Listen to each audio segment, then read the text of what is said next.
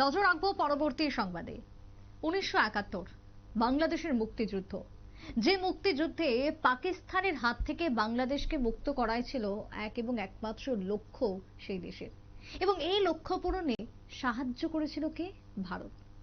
পাকিস্তানের সাথে যখন বাংলাদেশের যুদ্ধ চলছে, সেই যুদ্ধ পরিস্থিতিতে যখন হাজার হাজার হাজার হাজার সাধারণ মানুষের প্রাণ যাচ্ছে, সেই সময় বাংলাদেশিদের রক্ষার্থে ভারত বুক চিতিয়ে দিয়েছিল, দাঁড়িয়েছিল, একেবারে যুদ্ধে নেমে গিয়েছিল। এরকমই এক যোদ্ধা আজকে নিউজ ভ্যানগার্ডের হাতে উঠে এসেছে, এক যোদ্ধার এক্সক্লুসিভ বক্তব্য দেখাবো, সেই ছবি এবং তার কথাও শোনাবো আপনাদের সামনে। এই মুহূর্তে দাঁড়িয়ে জাতীয় পতাকার অবমাননা চলছে বাংলাদেশে। ভারতের জাতীয় পতাকাকে রীতিমতো অবমাননা করা হচ্ছে। আর এই সমস্ত কিছু দেখে আজকে 71-এর যুদ্ধের সেই সৈনিক চুপ করে থাকতে পারলেন না, তিনিও কেঁপে উঠলেন, তার বুক কেঁপে উঠল। এই জন্যই কি তিনি সাহায্য করেছিলেন? এই জন্যই কি তিনি কার্যত পক্ষে ঝাঁপিয়ে পড়েছিলেন, বাংলাদেশের বিরুদ্ধে বুক চিতিয়ে লড়াই করেছিলেন? পাকিস্তানি হানাদারদের যে গুলি, সেই গুলির লড়াইয়ে কি এই জন্যই ঝাঁপিয়েছিলেন ভারতবর্ষের এই সমস্ত বীর মুক্তিযোদ্ধারা? আজকে নিউজ ভ্যানগার্ডের কাছে এক্সক্লুসিভ তার ফুটেজ, এক্সক্লুসিভ তার ভিডিও, এক্সক্লুসিভ তার বক্তব্য উঠে এসেছে।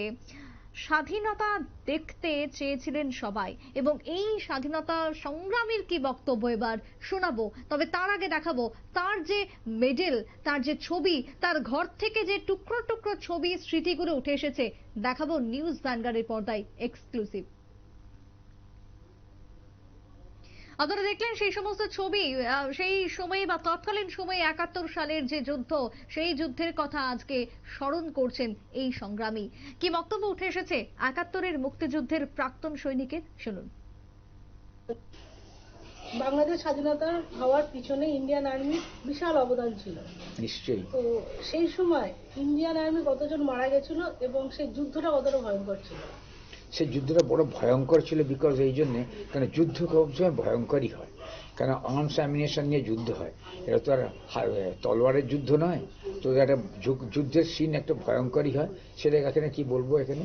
তো এটা অবশ্যই যারা যুদ্ধে থাকে তারা জানে, এবং আমরা ছিলাম অ্যাক্টিভ ফোর্সে, এবং আমরা জানি যে যুদ্ধের সময় যে কী পরিস্থিতি হয়।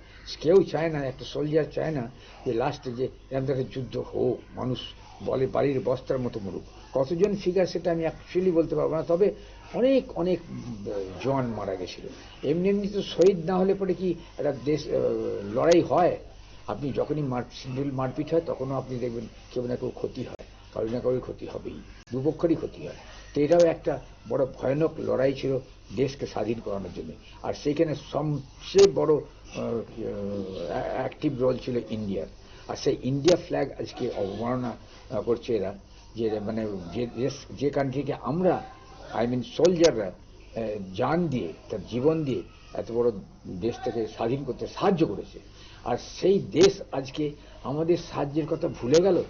আমাদের এত জওয়ান যে তাদের জন্য জান দিয়ে দিল, এই যে কথাগুলোকে, এই কৃতজ্ঞতা স্বীকার নেই তাদের। সে জায়গায় উল্টো এত বড় জঘন্য থেকে জঘন্যতম কাজ করছে তারা, যাকে আমরা এখনো পর্যন্ত পূজা করি, স্যালুট করি। আমাদের ইন্ডিয়ান ফ্ল্যাগ আমরা যদি এখনো পর্যন্ত কোথাও অবমাননা করতে দেখি, আমি সঙ্গে সঙ্গে তুলে নিয়ে আমি বলে, এই এটা ফ্ল্যাগ, এটা ইয়ারকি মারা জিনিস নয়, দেশের মান, তোরা নয়, এইভাবে আমি বলি এখনো বাচ্চাদের। আর সেই জায়গায় যদি আমাদের সামনে এইগুলো হয়, তো আমার তো মনে হয় যে এই ধরনের মানুষ ধরতির ওপর জন্ম নেওয়াই ভালো ছিল। তো আপনারা শুনলেন এই বীর যোদ্ধার বক্তব্য, যিনি আজকের দিনে দাঁড়িয়ে আক্ষেপ প্রকাশ করেছেন, তার ছলো ছলো নয়ন, ভারাক্রান্ত হৃদয়। সেদিনে দাঁড়িয়েও 71-এর মুক্তিযুদ্ধের সময় যারা সেই সময় দেশ ছাড়ছিলেন, যারা সেই সময় বাঁচতে চেয়েছিলেন, প্রাণপণে বাঁচার জন্য ভারতে এসে আশ্রয় নিয়েছিলেন, ভারত কিন্তু সেবারও উদার হস্তে তাদেরকে গ্রহণ করেছিল। আজও পর্যন্ত 71-এর সেই কথা স্মরণ করলেই বুক কেঁপে ওঠে বহু প্রবীণের। টেলিফোন লাইনে রয়েছেন এক্সিকিউটিভ এডিটর নীল। নীল, আজকের যে ছবি, যে ঘটনা ঘটছে উপার বাংলায়, তা সত্যি অনাকাঙ্ক্ষিত, এবং যে নির্যাতন চলছে তাকে প্রকাশ করার, তাকে প্রতিবাদ করার কোনো ভাষা নেই। এই সময় দাঁড়িয়ে প্রাক্তন যারা সৈনিকরা রয়েছেন, আজও পর্যন্ত যারা রয়েছেন, 71-এর স্মৃতি তাদের মধ্যে আজকেও জলজল করছে। কি বলবে আজকে এই সৈনিকের কথা থেকে? দেখো, সমরেন্দ্র কুমার মণ্ডল 72 বছর বয়স এই ভারতীয় প্রাক্তন সৈনিকের। তিনি যখন আজকে 1971 সালে তৎকালীন প্রধানমন্ত্রী ইন্দিরা গান্ধীর নির্দেশের পরই তার যে ঊর্ধ্বতন কর্তৃপক্ষরা যখন পাকিস্তানের বুকে ঝাঁপিয়ে পড়ার নির্দেশ দেয় এবং বাংলাদেশকে স্বাধীন করার নির্দেশ দেয়, বাঙালি হয়ে কিছু বাঙালিকে বাঁচাতে তিনি কিন্তু তার জীবন উৎসর্গ করেছিলেন। হয়তো কপাল জোরেই সেই যুদ্ধে তিনি প্রাণ ফিরে পেয়েছে, প্রাণ হারাননি এবং বিজয় নিয়ে তিনি দেশে ফিরেছিলেন। আজকে বাংলাদেশের যে চলমান ঘটনা তা নিয়ে উদ্বেগ প্রকাশ করলেন এই ভারতের এই বীর সন্তান। 1971 সালে বিজয় দিবসের যে ছবি, সেই ছবিও তিনি আজকে সাংবাদিকদের কাছে এক্সক্লুসিভ নিউজ ভ্যানগার্ডের কাছে সেই এক্সক্লুসিভ ছবি তুলে ধরলেন এবং যুদ্ধে জয়ের পর ভারতীয় সেনার থেকে যে সমস্ত পুরস্কার পেয়েছিলেন সেই পুরস্কারও তিনি আজকে নিউজ ভ্যানগার্ডের সামনে কিন্তু তুলে ধরলেন।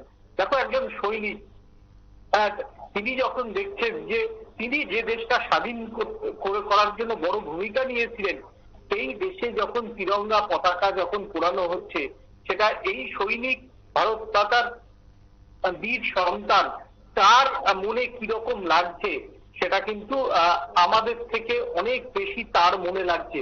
এবং ছলছল চোখে আজকে তিনি তার অভিজ্ঞতার কথা জানিয়েছেন যে সেদিন 1971 সালে যুদ্ধের দিনগুলো কি ছিল, এবং তিনি ক্ষোভ প্রকাশ করেছেন যে কৃতজ্ঞতা থাকা উচিত ছিল বাংলাদেশিদের, তারা সেই কৃতজ্ঞতা আজকে এইভাবে দিল, আক্ষেপ প্রকাশ করেছেন। এবং তিনি এই ঘটনাতে রীতিমতো বাংলাদেশের উপরে এসে ফুঁসছেন, কিন্তু বয়স আজকে তার সঙ্গে নেই, তার সঙ্গে আজকে যৌবন নেই। বৃদ্ধ বয়সে কার্যত সেই 1971 সালের যে ছবিগুলো, সেই বিজয়ের যে ছবিগুলো, সেই ছবিগুলো দেখেই তিনি স্মরণ করছেন। এবং দেখো, ভারতের একজন সৈনিক, তিনি 1971 সালে সেই সময়তে কিন্তু ভারতীয় সৈনিকরা এত মায়না পেতেন না, এবং তার বাড়ির অবস্থা আমরা কিন্তু আমাদের দর্শকদের দেখাচ্ছিলাম। কিন্তু সমস্ত কিছুকে দূরে সরিয়ে রেখে এখনো যে তার মধ্যে দেশপ্রেম রয়েছে, সেই দেশপ্রেমের কথা কিন্তু তিনি তুলে ধরলেন। এবং বাংলাদেশে যে ঘটনা চলছে সেটা তিনি মানতে পারছেন না, তার কষ্ট হচ্ছে। ও যে বই, সেই বইয়ের পাতাতে হয়তো ঠিকমতো দেখতেও পাচ্ছেন না, কিন্তু সেগুলোকে দেখে আরো একবার স্মরণ করছেন 1971-এর ছবি, যে ছবি বাংলাদেশের জামাত, বাংলাদেশের অনেক মানুষ ছবি দেখতে পাচ্ছে না। সেই হয়তো গুটি কয়েক সৈনিক এখনো বেঁচে রয়েছেন যারা সেই সময় যুদ্ধ করেছিলেন, তার মধ্যে তিনি একজন। তিনি কিন্তু সেদিনের স্মৃতি এখন শুধু স্মরণ করছেন এবং বুকে কষ্ট পাচ্ছেন, ক্ষোভ রয়েছে যেভাবে বাংলাদেশে তাদের পতাকা, আমাদের এই তিরঙ্গা পতাকা পোড়ানো হয়েছে। এই সৈনিক আরো দীর্ঘ দিন বাঁচুক, সেটাই কিন্তু সবাই চাইবে। এবং তার যে স্মৃতি, সেই স্মৃতিতে যে আঘাত লেগেছে সেটা মূর্খ বাংলাদেশিদের বোঝার ক্ষমতা হয়তো নেই। এবং তার জন্যই সেই বিজয় দিবসের মধ্যে যে তিনিও একজন সৈনিক সেই ছবিতে, সেটাও আজকে সাংবাদিকদের সামনে তুলে ধরলেন। সুপ্রীতি, একেবারেই তাই।